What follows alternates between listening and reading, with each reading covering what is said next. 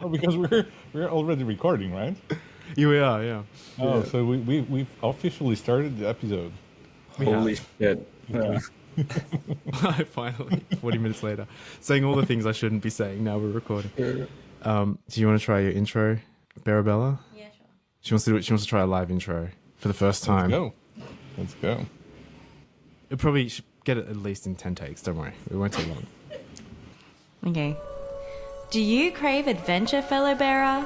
Do you seek gems to hunt and treasures to find? Let Roffellos be your guide through the vast, treacherous lands of Beramonium. Wow. Wow, that Nice. was amazing. You got it, one take wonder. Nice. You only have to sit here for an hour to have your moment. It's great to be here with you guys. I Nice. don't know if we can do it seriously. I'm gonna keep laughing. I don't know. We've also got Lord Pemberton here today. How are you, Pemby? Arabella's crawling. Did you crawl? Did you crawl out?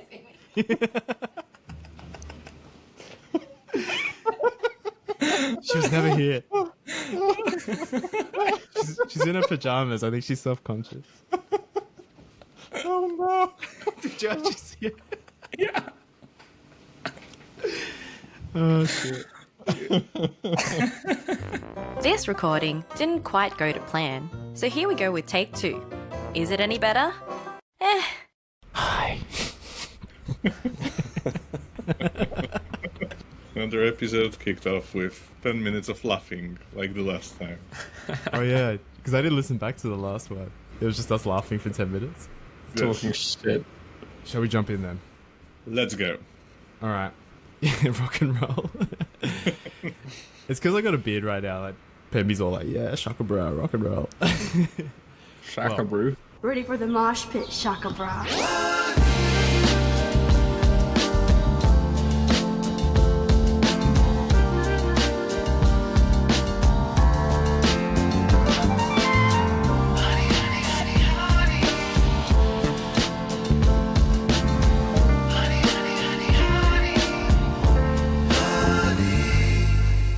Well, round 2, take 2. Welcome back, Beramonium. We have Roff and Xane with us today. How are you guys? Great, thank you for having Yeah, us great. here. My pleasure. Pemby's on the mic. Yo. Yes, it's Pemberton. Yo. Yo. Yo, yo. It's so funny. I'm cool, you know. That's how cool people say hi. They say yo? Yeah. I mean, Yeah. you wouldn't know, but I know. No. Okay. Yeah. Yo. 'Cause, you know, Yo, on Pem. account of me being cool. Yeah, yo, Roffellos. Yo. What's up? Let's go. Yo. Yeah. Yo, let's go. All right. Let's go, Xane.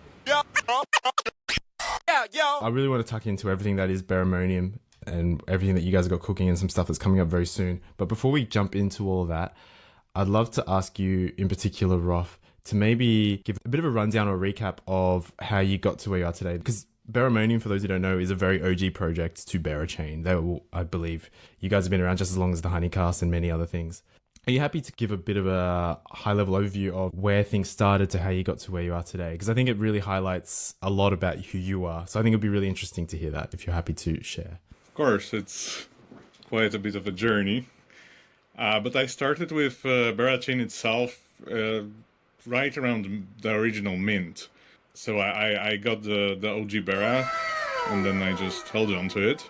And that was a good decision, of course. But I always wanted to build something in crypto. And, you know, just seeing how Berachain evolves, it made sense that since I'm in the community, it would be nice to build something on Berachain.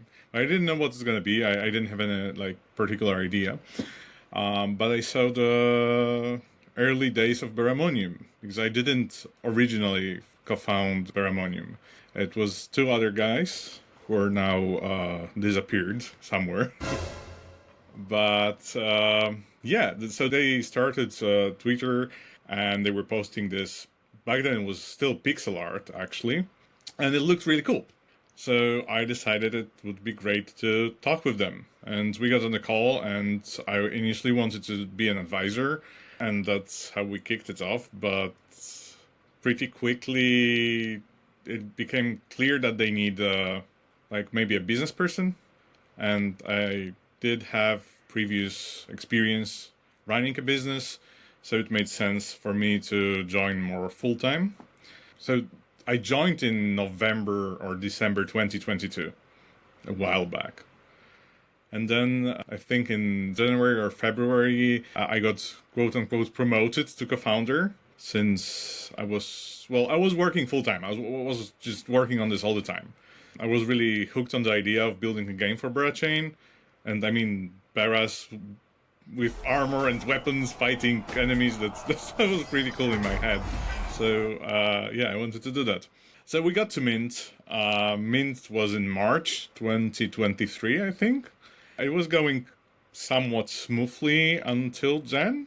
The mint got to 75% minted out, and then it started getting a bit weird, because the original founders sort of didn't really want to continue the project. One of them started having health issues, and I don't know. I felt that the vibe is that we sort of maybe should not continue, or just, do the path of least resistance. And I was very, very much against that, because that's first of all, that's a shitty thing to do. But also, I really believed that the project has a potential. By that point, I've put almost 3 or 4 months of my life into it, and I really enjoyed it. I wanted to see it succeed. We did a lot of fun stuff by then. We actually had a mini game for the mint. So back then, every project would do just whitelisting via some raffles on Twitter, comment, like, and retweet. We actually had a mini game where you had to play to get codes, and you played Beras, and you defeated enemies, you casted spells. It was really fun. The project was, in my head, it was really, really a lot of potential and a lot of fun. So yeah, I was like, fuck no, we're not stopping this. If you don't want to be here, then I'll just buy it off you. And we agreed that I will use my bond bearer to just buy the project. And that's what happened. So I think end of April, I was already the owner of the project. Look at me, sure. I'm the captain now. That's actually, I think it's a pretty quick journey from advisor to owner, but it was a crazy coincidence and just the way events happened. I wouldn't even say it was a quick journey, because I think an important factor that a lot of people who weren't around wouldn't have witnessed is the way you turn things around so much. Because Beramonium was on a pretty shaky ground, and I think you really persisted and showed a lot of grit to get it on stable ground again and lift it out of the muck in a lot of ways. And I think that's very admirable, because I think a lot of people would have taken the easy path and walked away. So I think that's worth noting. I wanted to highlight that, because I think it's a really awesome thing that you did for the project. Thank you. Yeah, I mean, definitely after the mint didn't fully mint out, and there were some events around the project that essentially we had people thinking we're a rag pool for some months. It was like half a year where I just had to go to Discord and explain that we're not a rag, that it's still ongoing. So yeah, it was tough, but looking from today's perspective, it was 100% worth it. And I'm so happy that I didn't give up back then, because I still, I believed it then, and I still believe it, that it has a tremendous potential to be actually something fun and like a real game.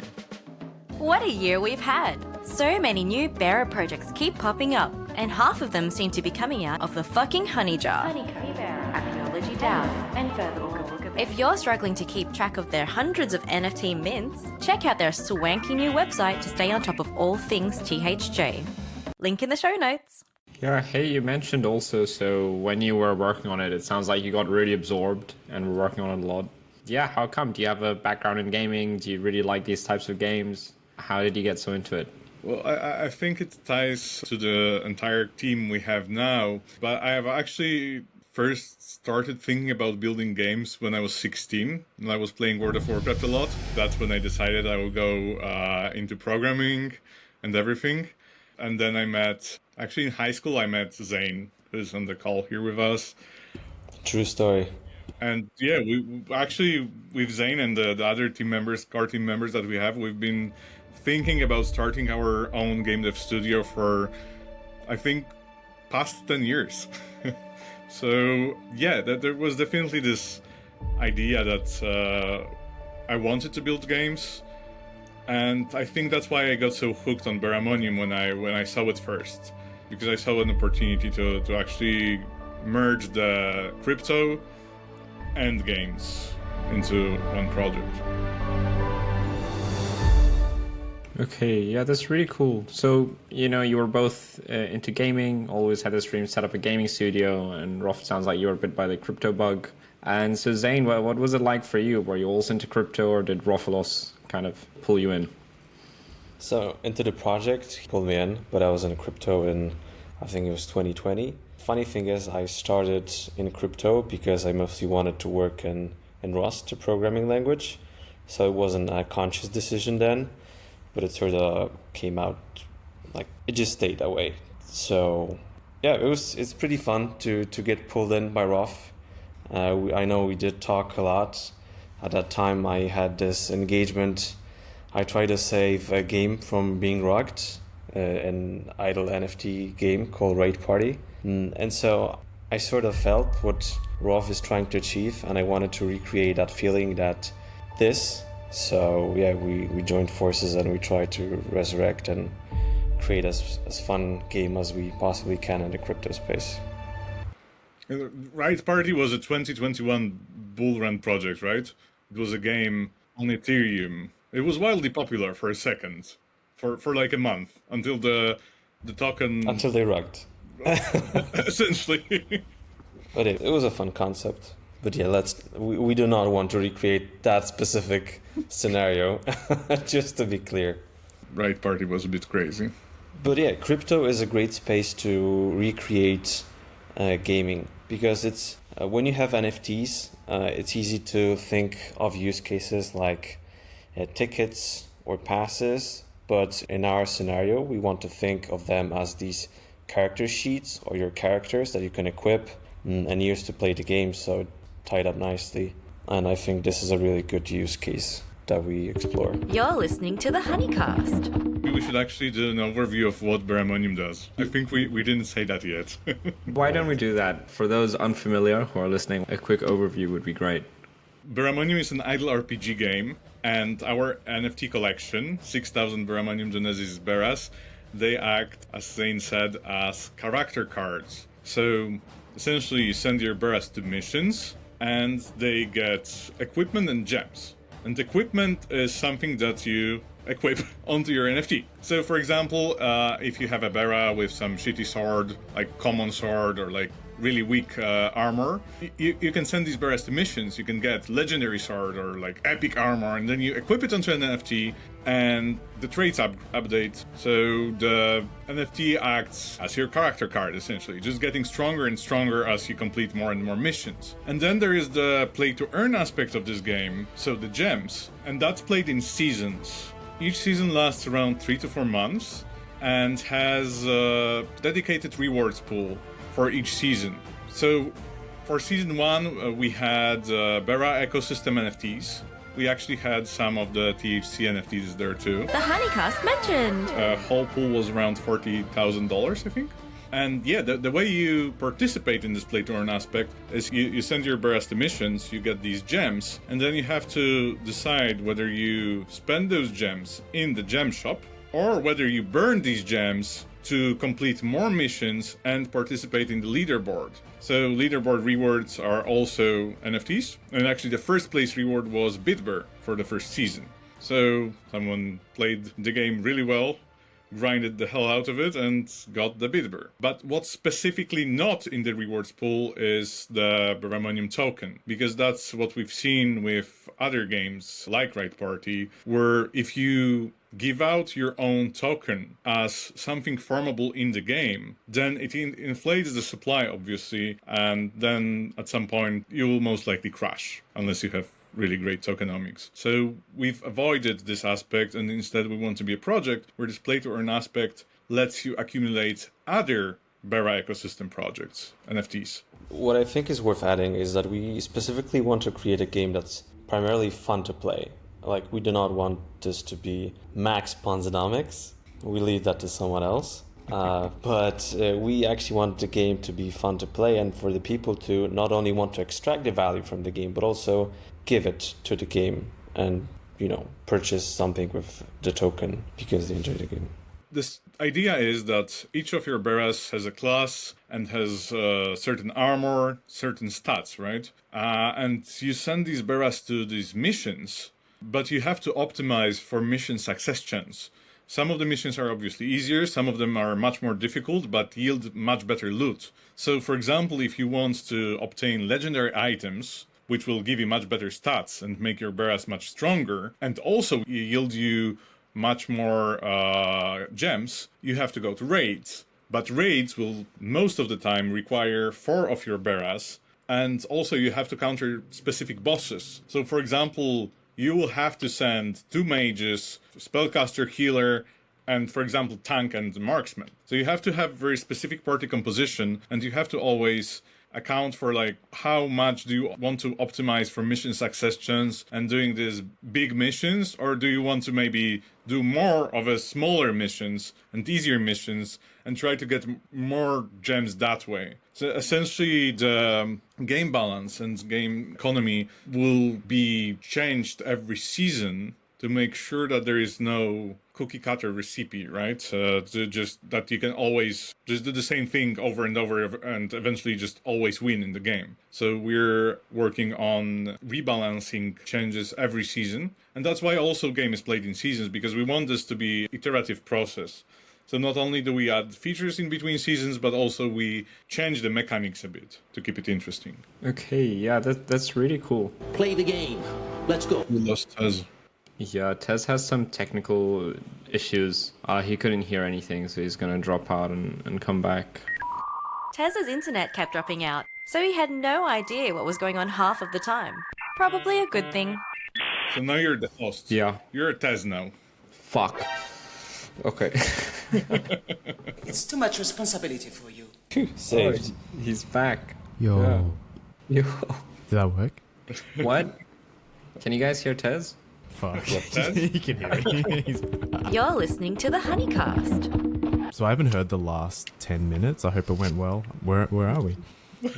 Went terribly, but we've been talking about kind of some of the strategic elements of Beramonium and how it's designed in such a way that you can't have someone just go and spam the system, right? And you always have to think about it, and you can't just reduce it to like writing scripts to play the game effectively. Or maybe you're very good at writing scripts and you write a smart one. I don't know, but that is part of the strategy, I suppose, right?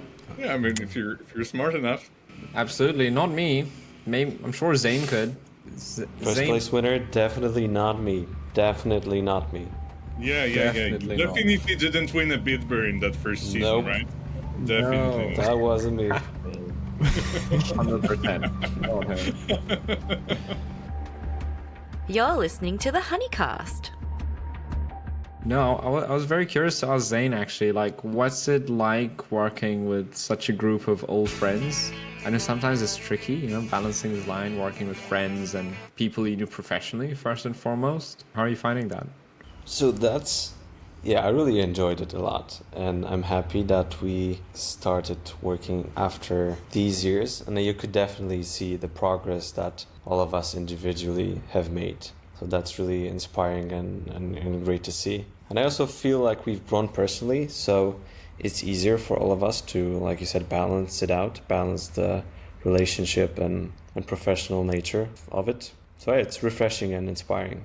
Yeah, but I think the first project we did together was a university project for graduation, and that's the whole core team worked on that, and that was a game. And I feel we maybe had some differences then, and maybe we weren't very smooth at communicating sometimes. Because I will kill you one by one. But I think it got much better over the years. I feel that now we maybe work as a sort of mature team, like people who are adult enough to be able to communicate freely, and like if I want to criticize someone or someone wants to criticize me, it's okay. No one will go like, oh no, please don't say that. Oh, you dare criticize me. It's like, it's fine. I think we're adults now. Right. So it sounds like you guys smoothed out a lot of the kinks, working together on that university project. I mean, now when the stakes are higher. Yeah, it's better. Yeah, we actually did work professionally together as well, so it's not only university. But yeah, we've made a lot of progress. Yeah, we actually started the first job together. Literally, the five of us, we went to the same company, AAA gaming studio in Poland, and yeah, we all worked there for a while, and I think it was a very good learning experience. Well, I think it's a very good thing in crypto because it's not so easy to trust people in the space, and even Beramonium had such a difficult period because maybe some people had different motives for building this, right? And I feel that if you have a group of people who've known each other for well over 10 years in real life, this trust is like immediately there. I don't have to worry about any of the core team members doing anything weird, right? Because we've known each other for so long. So I think it's actually a very strong thing to have. The only thing we have to do now is build a new Witcher, and then we can move on. That's exactly what I was thinking. Polish gaming studio. The priceless frying pan. Scrubbed clean. Hey Roff, I'm getting pinged by Riverside. It says you have 2 tabs open, and it doesn't seem to be liking that. 2 tabs of Riverside. I don't actually. I really don't. Oh, you don't? Okay. I mean, I really don't. And well, let me check it, but I don't. Roff, Riverside knows. Don't lie to me, Riverside. Sees all. Riverside knows. Tess, did you rename me to P Squizzy? Yeah, I did. We did. And he also renamed me to Roff Dog. Roff Dog. And he did that while I was trying to explain the Beramonium game, and I was like, shit. So I couldn't hear anything, so I started just fucking around. Rename us instead. Perfect. Gotta try everything. Yeah, that's it. I gotta try the features.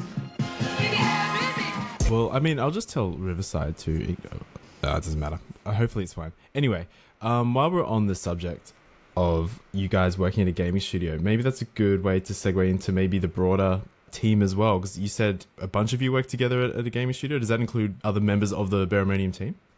Yes. So there is 5 of us that we know each other IRL, and there's Lasalian, and that's the core team. So it's me, Xane, and there's Serth and Biam, who are the game designers, and there is, how do I... MK Ultra, that's his nick, right? That's how you guys would know him on Discord. So MK Ultra is our front-end lead, and also as we hire people, he's sort of in this head of engineering role where he will manage the engineering team day to day. Yeah, I think it's really good because now we've all had almost, a decade of experience in each respective field. So our game designers, they've worked on massive AAA titles, and they're bringing this experience from Web 2. They're not very Web 3 people. They bought some coins and they hold BTC probably and stuff like that, but they're Web 2 game designers. I think it's incredibly important if you want to build a real game within crypto rather than, just a wrapper onto like DeFi. I would say that designing a game with play to earn aspects is even more complex than designing a normal game. So you really need those people with experience on how to make normal games great, so that then it can also tie with the play to earn aspects of it. And MK Ultra has the experience from managing engineering teams in like a bigger scale. So but that also brings this aspect. And then CTO Xane brings the brain. We kind of talked about the gaming side of it and how you guys have so much experience in like the AAA and kind of the Web 2 background. But where does the Web 3 aspects come into it as opposed, like looking at... Have we covered that already as well, P Squizzy? Oh, no. And that's... now you have to be Tez again. All right. That's it, folks. Yeah. Tez, can you hear us? I think internet maybe is just a bit spotty. Yo, am I back? Yes. Oh, you can hear me. Did you hear the end of my question by chance? No, not really. Brilliant. Fuck me. But yeah, let's talk more of where the Web3 mechanics come into Beramonium. But let's cover that now. So you have like a token, I believe. Yes, Beramonium? we will have a token. Yes. That's in the works. So I would say the Web3 elements are, well, it's play to earn, right? So that's the overarching thing. We want to power the rewards pools with Bera Echo tokens, whether it's NFTs or coin tokens. So essentially giving people way to gain exposure to like wider Bera ecosystem by playing our game. But what we feel is really important in play-to-earn systems is you have to find a way to power it, essentially, because the value has to come from somewhere, right? And normally, like we've mentioned, it either comes from the token, so you just give people a chance to farm more of your token, which eventually inflates your token, and eventually people have a lot of your token to dump, and then eventually the price dumps also, and then everyone stops playing your game because there's no more point to it. Obviously, we want to avoid that. But we feel that Berachain Proof of Liquidity gives this very unique opportunity to build the DeFi side of the game, the project, which actually powers play to earn. So what we want to do is have our token and our liquidity. We want to own as much of our own protocol liquidity as possible, and in that way generate a lot of BGT. And in that way, we should be earning incentives from the projects who are on Berachain, right? So we should be getting all these tokens, like hopefully Kodiak, Yeet, Infrared, and so on. And so what we want to do is we want to take this whole pool of incentives and bribes and repackage it into sacks of coins that can be obtained within the game. So essentially you play Gem Hunters, for example, Season 2, and now you can get NFTs from other projects that are in the rewards pools, but also you can get these coins. So you can get exposure to literal Bera tokens. And we feel it's important to have this value generation mechanism separate from our own revenue, right? So our revenue, our company revenue, comes from more traditional Web2-like approach. So we will have game access passes, we will have season passes, we will have cosmetic items, we will have PvP with wagers, stuff that you would expect from a normal game, and that will count as our quote-unquote normal revenue, right? But on the play-to-earn aspect, we have POL powering the play-to-earn and hopefully creating this flywheel where when there is more interest in the project, there is more liquidity, there is more transactions, there is more incentives to our BGT stack, and then being channeled back into rewards pools and hopefully generating more interest, hopefully generating more bribes. Yeah, and having this completely like separate from the core game. So, for example, you don't farm our own token in the game, right? And that's very important.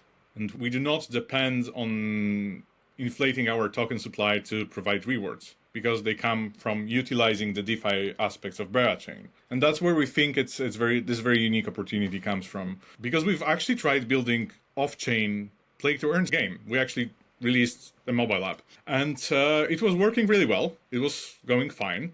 We had a lot of players.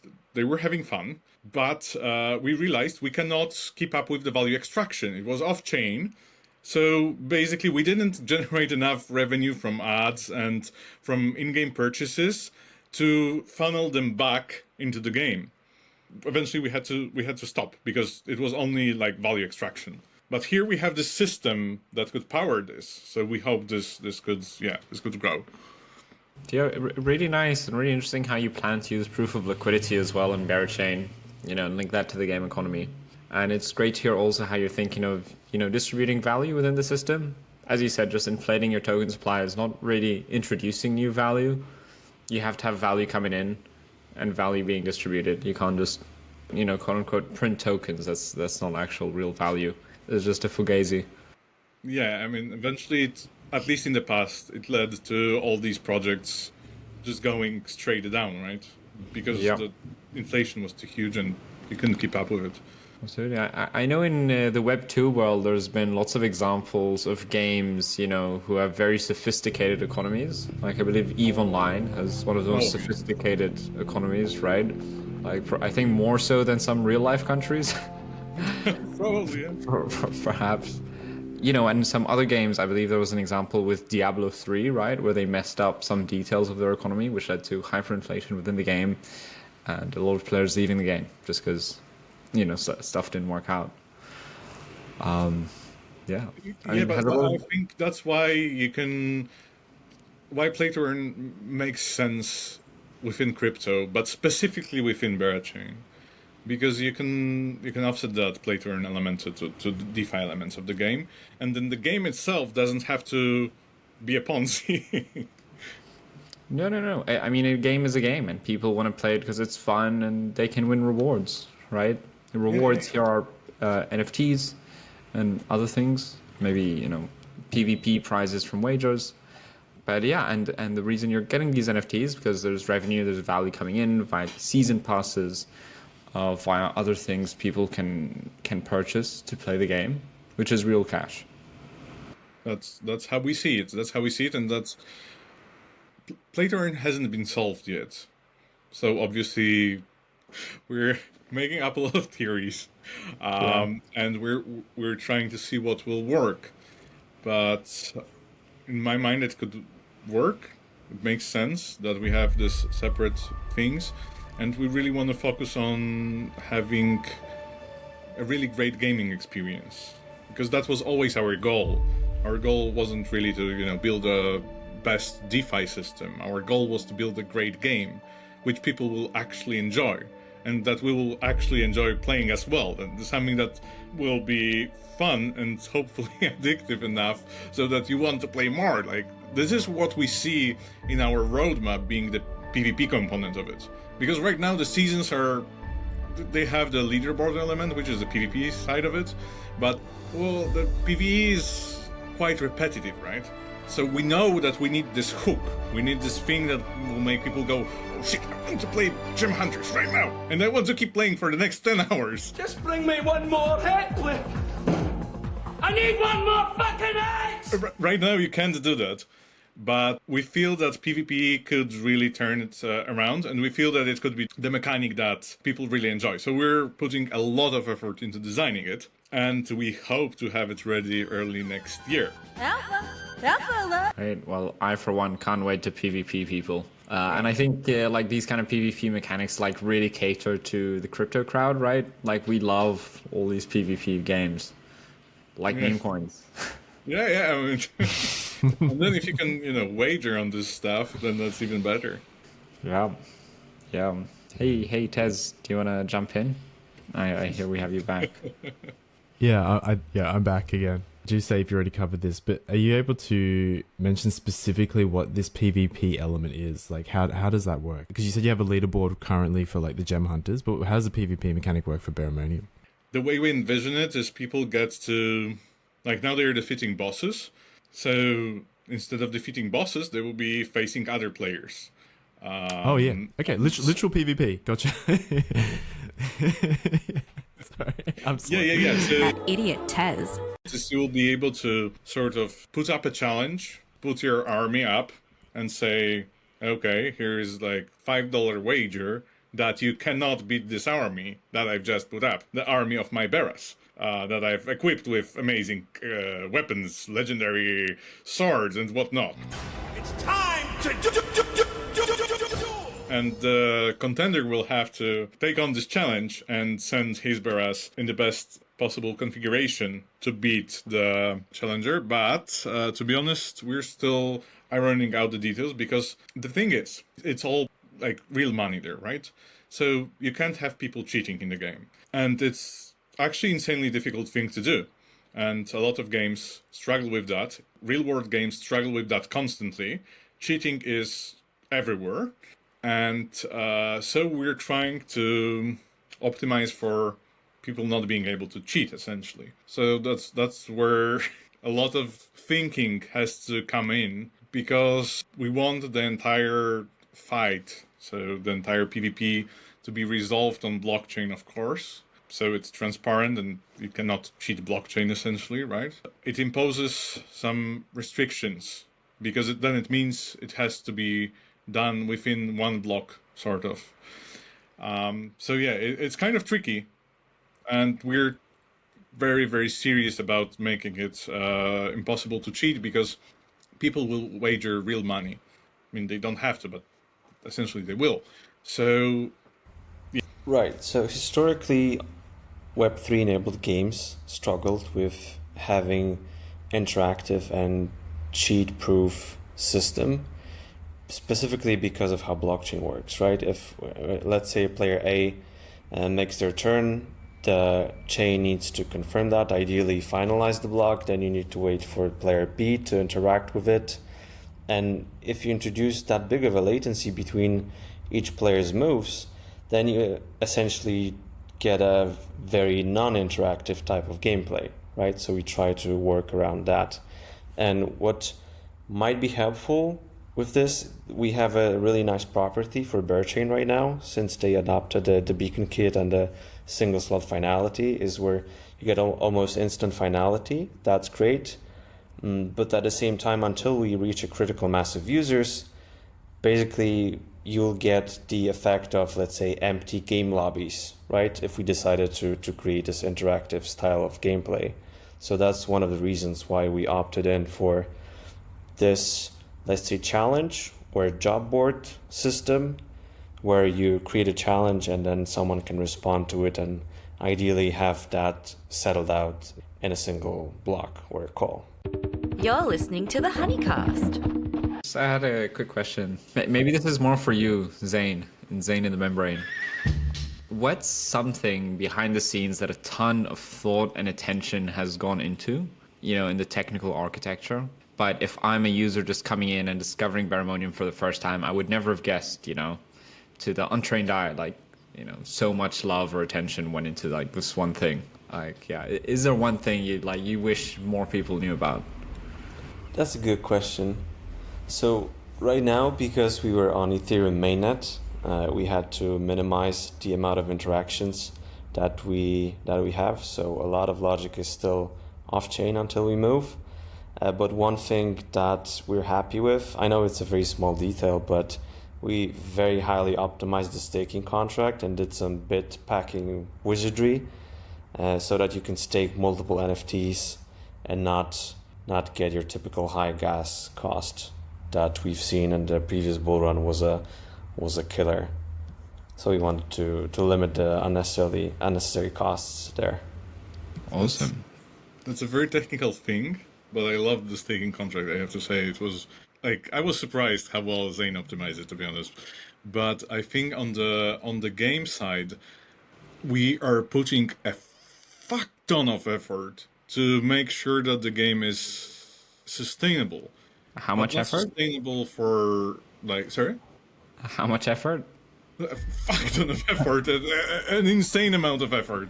Insane amount of effort goes into thinking really long term. Because it's quite easy to design systems that will live for 3 months or 5 months and be fun, but they will eventually crash because you didn't take into account all this stuff. So we could probably have a more fun, let's say, game released more quickly, but then we couldn't ensure that it's sustainable. And we're not thinking in months, we're thinking in years, because I think this project is very personally important for all of us. It's something we can envision ourselves building in 5 years from now and 10 years from now.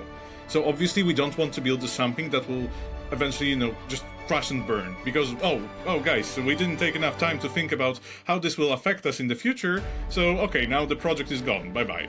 That would be the worst thing that could possibly happen.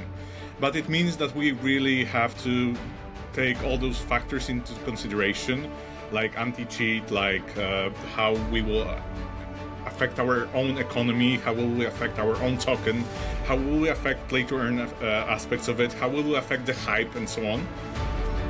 So yeah, I would say the most effort goes into this long-term planning for the game, rather than just releasing the most hypey thing we can immediately. You're listening to the HoneyCast. Real quick Yeet segue. Do you have one as well, Pemby? One that is really intricate, that you're proud of, that people may not appreciate, was very tough to execute on the Yeet side of things? Was it making crack? No, I'm not proud of anything we've built. Fair enough. Okay. Sick. Also, Well, I haven't done anything. Like, we found some high school intern who did, like, everything. And we've just been drinking beers. It's been such a fun building experience. Shout out Koala. Oh, Roff's leaving. Yeah, Oh, you shout got a out Koala. Beramonium t-shirt. Oh yeah, I do. You got a Gem Hunters t-shirt on. Yeah. I just saw that. He's Nice. repping. Repping the brand. Are you wearing merch as well, Xane? No, No, he doesn't want to rep no. Beramonium. Come on. Yo, I just got a call from JP Morgan. The guy the bank is named after. He says his top guys just walked out. He's talking about like the writing on the wall, like a paradigm shift. And it sounded like he was crying. Something about like a proof of liquidity consent. So he just said liquidity unchained and hung up. Like, are we gonna be okay? I wanted to now move into something that's happening in the more immediate future. I think we'll be launching around the time we drop this episode is Gem Hunters 1.5. What can you tell us about that? What can people expect? So we're launching the testnet season, and like you said, hopefully around the time the episode airs. Yeah, it's a testnet season meant for breaking things, hopefully. We just want to test a lot of game balance changes, see how the game works with different mission timings, different rewards, just test things that we normally couldn't test on mainnet because it could break the economy of the game. And we're on Better Chain, like it's official. Oh yeah, now we're officially a Beramonium project. Woo! Let's fucking go. Okay, let's go. Yeah. Also, we have like 50k collection, which I think is important because we're with season 2, which will launch on mainnet. We wanna have free to play mode, right? So what this will allow us to test is how the game behaves when there is more players than just the original 6,000 NFTs. Okay, do you want to tell us a bit about this 50k collection on Beramonium Testnet right now? Yeah, you want to explain yourself? Yeah, So it's been minted out. The traits are all the same. We basically just increased the number of bears that will be available for players to use. We've reserved the first 6k for a possible airdrop, but we'll see how it goes. Whoa, alpha. Alpha alert. Testnet Alpha, right there. Testnet Alpha, playing with Monopoly money. Nice. Yeah, absolutely. So for anyone listening, if you're wondering why you should get one of these, it's so you can play and win prizes and have fun and all the other things. Boy makes a good point. Oh yeah, and actually Testnet season is being sponsored by Yeet. Yeah, it's happening. Yes. Now I've said it, it's recorded, now you have to do it. Wait, what does that mean? Shit. What does that mean? Yes, that is true. Yeet is chipping in some NFTs to help sponsor the upcoming season of Beramonium. Which is kind of weird. You will have actual value on the testnet. Can you imagine? You will be able to win real assets by playing on the testnet. When has that ever happened before? Never. No, never. Right? Never. Never. Imagine. Yeah. You heard The it here problem first. is if you do win the NFTs, you are obligated to then burn them after that, right? For the culture. Yes. That is the issue. So maybe not in the end. Maybe not actually making any value. But at least you get to burn a Yeetard, Yes, the real value was the friends and mostly the Journey. enemies we made along the way. Probably. Right, beating out the other gem hunters to hunt more gems than they do. Look at me. Look how many gems I have. Fuck it. The biggest gem hunter. My gems are massive. You're listening to The HoneyCast. The HoneyCast, a podcast for bearers to fool them into believing this fake Ooga Booga chain is actually real. Back to the show. So I haven't been able to hear about 75% of everything that's been said. So was there anything that we missed that I should prompt you guys to talk about? Yeah, maybe season 2. The mainnet season, right? So that will be the real test. with the play to earn fully enabled and with the free to play mode. And also we're adding account experience system. So yeah, this will be a real test of how well this works. And we hope that enabling free to play will mean that we actually get a lot more players in the game. Because before you had to spend like, I don't know, minimum $200 to play it. But optimally, if you wanted to really enjoy the game, you would have to get probably like 10 Beras. So that's like $2,000 to play a game. Like, come on, who's gonna do that? That's just silly. That's why we opted in for building the free-to-play model. And we really want to try it out. We're really excited to see how it goes. And we're really excited if we get 100 players or 10,000 players, hopefully the latter. Yeah, the account experience sounds really challenging and fun. So it'd be nice to see that people can finally enjoy the game but not have to buy the NFTs. Like enough of the NFTs to actually be in the game. So that's one thing that I'm really looking forward to. That sounds like a good impetus for a lot more users, this free-to-play. It definitely seems like the biggest games in the world, all have this kind of model. Well, maybe on that note then, we should ask, when mobile app? Actually, the game is playable on mobile, fully. Oh, for real? Really? Yeah. It already is? Day one. It's always playable on mobile, because the way it's designed, it's mobile first. So if you go in the browser, and it's actually mobile optimized experience. Yeah. So, really? So Man, you guys should talk about this way more. I had no idea. I think a lot of people don't know this. Why is no one talking about it? I didn't. Yeah, I mean it's we're friends. So the first thing we'll do is progressive web app. It's called. So you essentially can download the website onto your phone and it behaves like an app. But already today you can just play on your phone because it's an idle game. So I mean, we can't force people to check their missions on their PC every 6 or 2 hours. So you have to have the mobile component. So it's already there, and that's how we've always designed it from the start. That's amazing. But we never talked about this. Wow. Yeah, we need to be more vocal about it. For all the idiots listening, you can now go check it out on mobile. And also, Roff just mentioned Progressive Web App, or PWA, which is a nice acronym. And this is how Friendtech worked as well, if you need an example, right? True. Which is arguably the most popular PWA out there. For now. For now. Yes. Yeah. What happened to Friendtech, by the way? Are they still around? Who I knows? don't know. I never fucked with it. Yep. Tez is too cool for that kind of bullshit. Why do I need friend tech when I have real friends? There we go. Wow. Wow. I'm offended. I'm gonna cut that out. I'm gonna sound like such an asshole if I say that. No, don't cut it out. That one hit too close to home. But my mom says I'm cool. I dropped out, man. My internet is so fucked today. This is out of control. This is the first THC episode with Tez not actually participating in it. Yeah. It happened with Janny too. Something's going on. I gotta talk to my provider. But we'll have to re-record this next week again because I'm not happy with this anymore. I'm just kidding.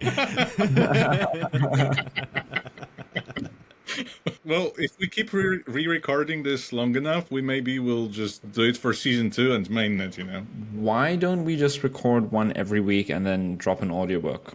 Yeah. Huh? Fucking think about it. I never intended to drop anything. I just wanted to chat to you guys. This is just an elaborate ruse. We just pretend recording here. Yes. I just like an excuse to whip out my mic. Look at it. It looks like something out of... It looks like Darth Vader's dick, right? It does. Obi-Wan was wise to hide her from me. I guess before we wrap it, because I think we're hitting time right now. I wanted to ask because I wasn't there, and I know you guys peer pressured me, and I didn't end up caving. How was Brussels? How'd it go? Was it fun? You had an event? Yeah, we had an event with Ramon's Buffbo, actually. And really he fun. had a rave. Actually, it was great. Apart from Brussels itself, it was really fun, I think. Yeah. The rave was a very good experience. So, shout out. You had fun at the rave? Nice. Yeah, Fuck the yeah. THC posters, man. Amazing.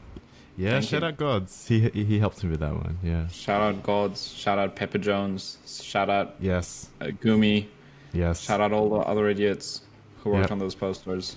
100%. Yeah. Yeah. Well, Jacob, maybe. Oh, no, he didn't help. But he's a great guy. Never mind. Shout out. Fuck you, Jacob. Fuck Jacob. Sorry. Fuck you. It's back to the welfare office for Jacob. Oh yeah, well, Brave 2.0 is, I think it looks like it's happening from my chats today. So let's get In it. Singapore, right? Yeah, in Singapore. Yeah. And 3.0 maybe happening not too long after. Just need Barachain to launch the mainnet, and then we can only have Braves all the time. That would be nice. Do you know what I love is like Pemby and I normally spam emojis when we're in meetings together, and because there's no emoji button, he just pulls faces instead. Yeah, my face is the emoji. It's true. Pemby is spamming emojis in real life. Wow.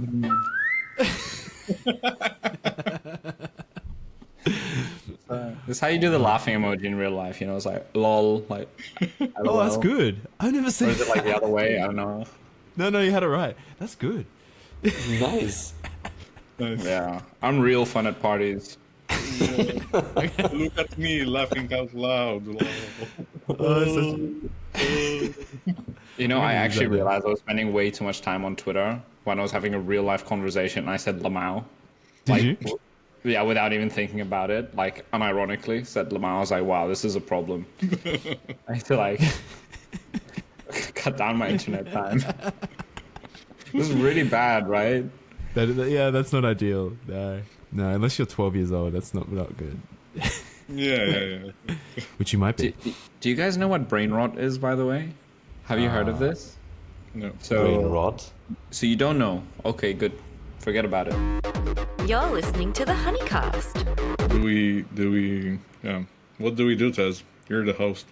Oh, sorry, I dropped out again. I reckon we wrap it there. I'll hit stop on the recording. But thank you, Beramonium. Thank you, guys. Thank you, Xane.